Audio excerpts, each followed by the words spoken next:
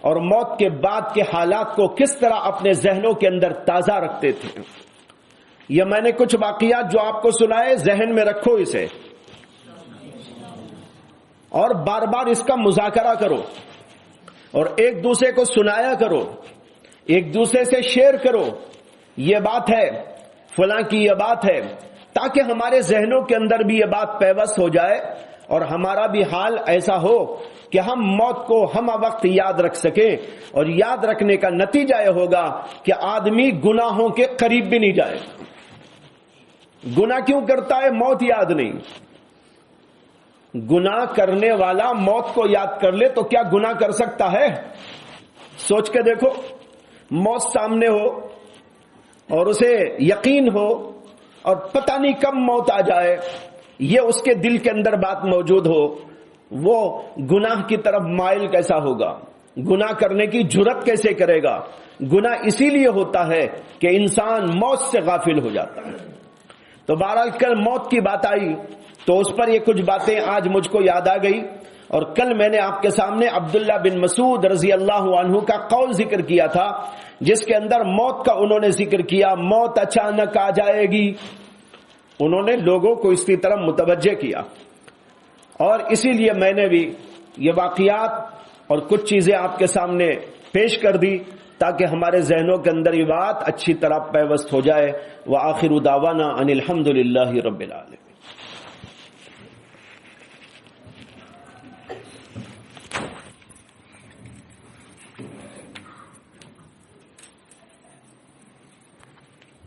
لا الہ الا اللہ.